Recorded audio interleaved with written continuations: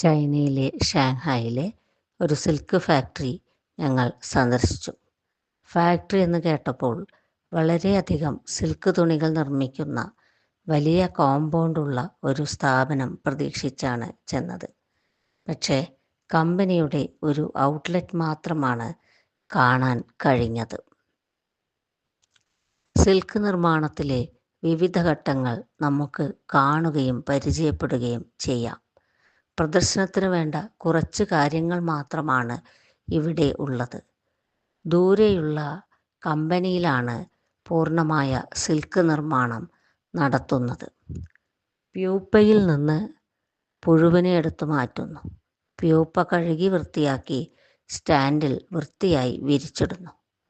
ഇത്തരം പ്രവർത്തനങ്ങൾ ഇവിടെ പരിചയപ്പെടുത്തുന്നുണ്ട്.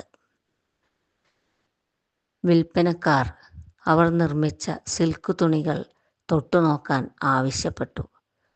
എന്തൊരു നേർമയും മിനുസവുമാണെന്നോ അത്തരം സിൽക്ക് തുണികൾക്ക്.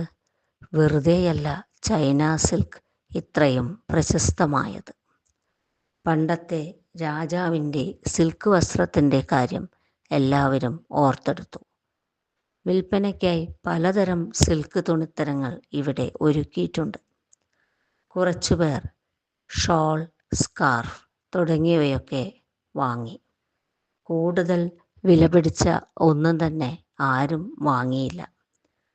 ഇന്ത്യയിൽ ചെന്ന് നമ്മുടെ പ്രിയപ്പെട്ട കാശ്മീർ സിൽക്ക്, മൈസൂർ സിൽക്ക് ഇവയൊക്കെ വാങ്ങാമല്ലോ എന്ന നിഗമനത്തിൽ അധിക പേരും എത്തി.